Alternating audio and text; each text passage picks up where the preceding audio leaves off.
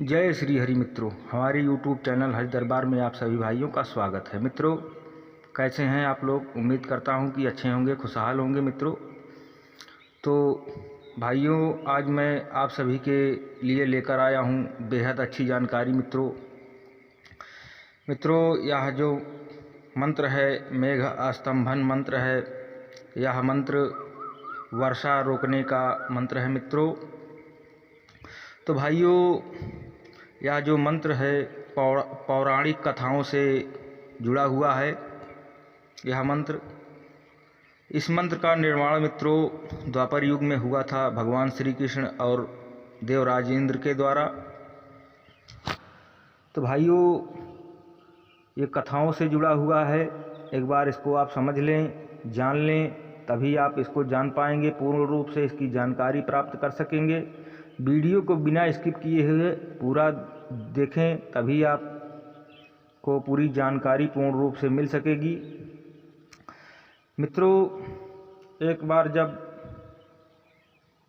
गोकुल में इंद्र की पूजा की परंपरा थी और वहाँ के गोकुलवासी इंद्र की पूजा हर साल किया करते थे, तो वहाँ पर वर्षा होती थी। मित्रों, ऐसा वहाँ के लोगों का मानना था, वहाँ के व्यक्तियों का मानना यही था।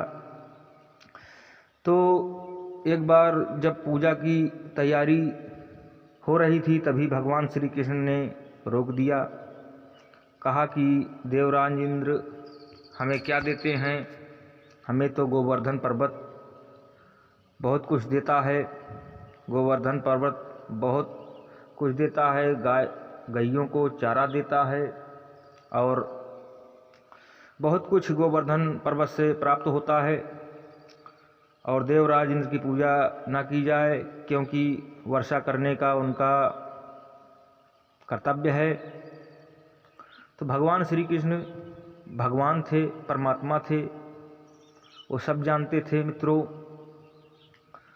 तो भाइयों, उन्होंने, भगवान श्री कृष्ण ने पूरी सामग्री और लेकर के गोवर्धन पर्वत पहुंच गए और इंद्र की पूजा न करवा करके गोवर्धन की पूजा करवा दिए। और देवराज इंद्र अहंकारवश क्रोधित हो उठे और वो भूल गए कि भगवान श्री कृष्ण परमात्मा हैं, भगवान हैं। और गोकुल में जल सैलाब, जल का प्रकोप ला दिया। वहाँ की जनता, वहाँ के प्राणी त्राहि त्राहि करने लगे। मित्रों, ध्यान दें, कोई कहानी नहीं सुना रहा हूँ, इसी में छिपा हुआ है यह मंत्र। वहाँ की जनता त्राहि त्राहि करने लगी और तब भगवान श्री कृष्ण पूरे गोकुलवासियों को लेकर के गोवर्धन पहुँचे और गोवर्धन पर्वत से विनती की, अनुनय विनय किया और अपने उंगली पर उन्होंने, भगवान श्री कृष्ण ने गोवर्धन पर्वत को उठा लिया और 7 दिनों तक ऐसा उठाए रखा।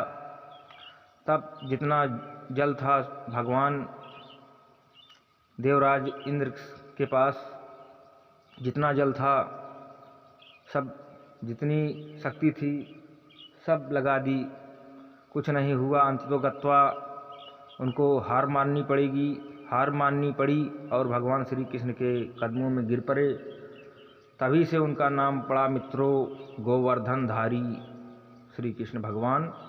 तो यही से मंत्र की शुरुआत हुई, जल रोकने की, वर्षा रोकने का मंत्र इस प्रकार है। ओम नमो गोवर्धनधारी श्री कृष्ण मेघ स्तंभन कुरकुर। तो मंत्र आप एक बार फिर सुन लीजिए। ओम नमो गोवर्धनधारी श्री कृष्ण मेघ स्तंभन कुरकुर। तो इस मंत्र को प्रयोग कैसे करना है, आइए हम आपको बता देते हैं। मित्रों, इसका यह जो मंत्र है, या जो इसकी साधना है, साधना मित्रों नहीं की जाती है, स्वयं सिद्ध मंत्र है। तो भाइयों, इसका प्रयोग कैसे किया जाता है आइए हम आपको बताते हैं। बहुत ही सरल है।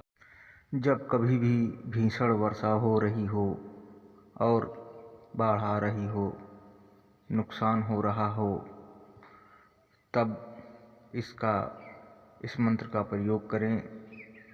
और आप कहीं फंसे हैं, आपको कहीं जाना है, बेहद ज़रूरी है, तब इस मंत्र का प्रयोग कर सकते हैं।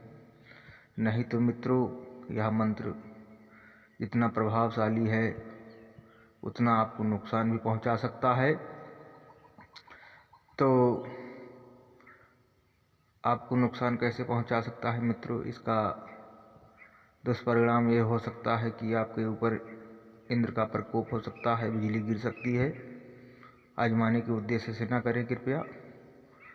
तो भाइयों, जब बारिश हो रही हो तो अंजलि में लेकर के जल और इस मंत्र को पढ़ते जाएं और ज़मीन में गिराते जाएं। इस तरह से बारिश जल्द ही रुक जाएगी।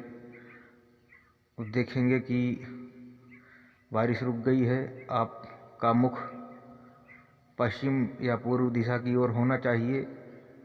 ऐसा प्रयोग करते समय अंजलि में पानी मित्रों वर्षा का डायरेक्ट आपके अंजलि में गिरता रहे,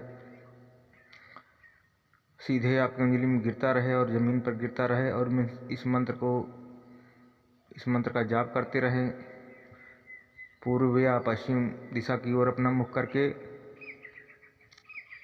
तो जानकारी अच्छी लगी हो तो लाइक करें, शेयर करें। जय श्री हरि, जय श्री कृष्ण। धन्यवाद मित्रों।